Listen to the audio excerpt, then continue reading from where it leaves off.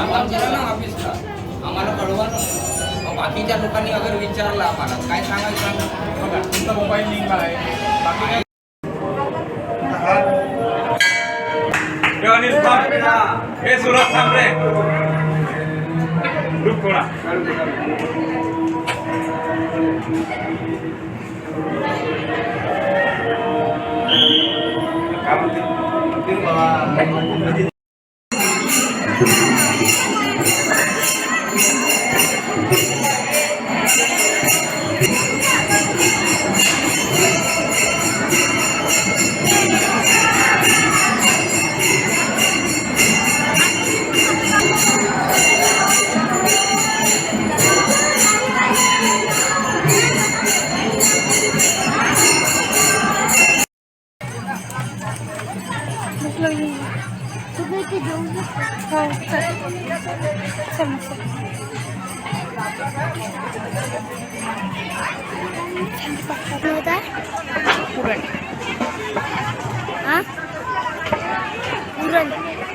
त्याला चहा गरम करून घेऊन जा म्हणा द्यावला. काय घेऊन जाऊ का खाली चला खाली झालेली दाग घ्या ना आता हा दाग काय घेऊन जाऊ आता नसतं. हो गाडी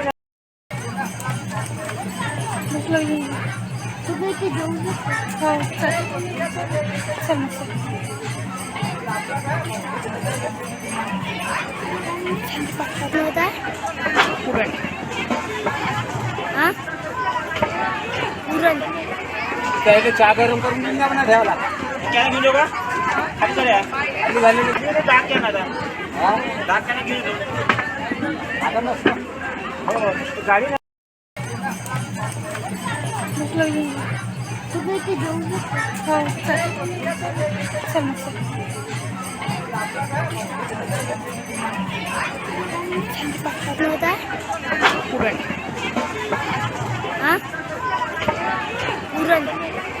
त्याला चहा गरम करून घेऊन जा म्हणा द्यावला.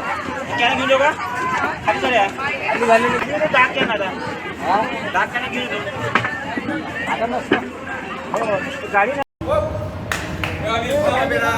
हे सुरत थांब रे ग्रुप थोडा काढू दे काढू दे.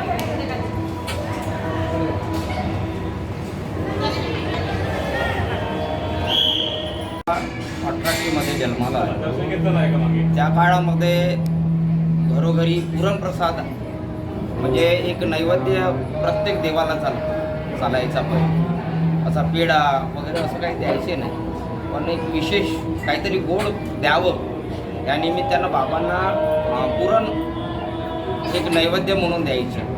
तेव्हापासून ती परंपरा सुरू झाली. आणि परत त्या पुरणाचा एक वैशिष्ट्य असं आहे की ते जे काही विहीर आहे त्या विहिरीच्या पाण्याने ते शिजवल्या जातं आणि त्याची चव एक वेगळ्या पद्धतीची तयार होते. जसं तुम्ही घरी पुरण बनवलं त्याची चव वेगळी असते, पण इथल्या पुरणाची वेगळीच एक चव निर्माण होते. तर ती बाबाची एक किमया आहे. बाबाचं सांगायचं झालं तर अनेक कोडवाले इथे येतात आणि जवळपास आता महाराष्ट्रातले नवे नवे तर 5 राज्यातले लोक इथे यायला लागले.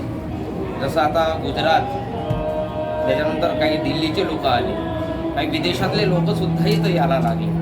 तर बाबाचा हा जो प्रसाद आहे पुरणप्रसाद हा खूप मोठा प्रसिद्ध झालेला आहे. पुरणप्रसाद म्हणजे ज्यांना बाबांनी काही आशीर्वाद दिले, बाबांचे काही साक्षात्कार झाले, ते लोक इथे येऊन स्वयंपाक करतात आणि पुरणाचा प्रसाद चढवतात. पुरणप्रसाद म्हटलं तर मी जे पहिल्यांदा तुम्हाला सांगितलं त्या काळामध्ये 1800च्या काळामध्ये जे काही होत होतं, बाबा 1800 मध्ये जन्माला आले. कार्तिक पौर्णिमेला जन्माला आल्यानंतर ते त्यांचा जवळपास काळ तो 75 वर्षाच्या वरती बाबा राहिले. आणि त्यानंतर 1880 मध्ये बाबांचा इथे समाधीस्थ झाले. असा त्यांच्या याच्यामध्ये होणारे अनेक साक्षात्कार, मी चमत्कार नाही म्हणणार त्याला, कारण का चमत्काराला लोक नमस्कार करतात, पण बाबाचा साक्षात्कार खूप मोठ्या प्रमाणात झालेला आहे आणि लोकांना अशी साक्ष देऊन जातात. आजही अशी अनेक भक्त आता मी इथे जवळपास आता 4 महिने 1.5 वर्ष झाला इथे येतो आणि या 1.5 वर्षाच्या काळामध्ये अनेक भक्त येऊन सांगतात का बाबांनी मला अशी साक्ष दिली. चमत्कारून नाही, बाबा येऊन भेटले असे सांगणारे लोक सुद्धा आहेत. काही लोकांना रोगातून मुक्त सुद्धा केलं. असे लोक येतात की ज्यांनी रोगातून मुक्त झाले ते इथे स्वयंपाक करतात. ही साक्ष देण्यासारखीच गोष्ट आहे. बाबाचे चमत्कार मी म्हणणार नाही त्याला, ही साक्ष मिळते बाबाची. आणि बहुसंख्य इथे एज्युकेटेड डॉक्टर इंजिनियरपासून वैज्ञानिक लोकसुद्धा इथे येऊन गेलेले आहेत. म्हणजे एक अडाणी माणूस इथे आला आणि पुरणप्रसाद करून गेला असं सुद्धा भाग नाही. इथे एज्युकेटेड लोकसुद्धा येतात आणि सुंदर असा त्यांना अनुभव इथे येऊन राहिला, बाबाचे आशीर्वाद मिळून राहिले. अजून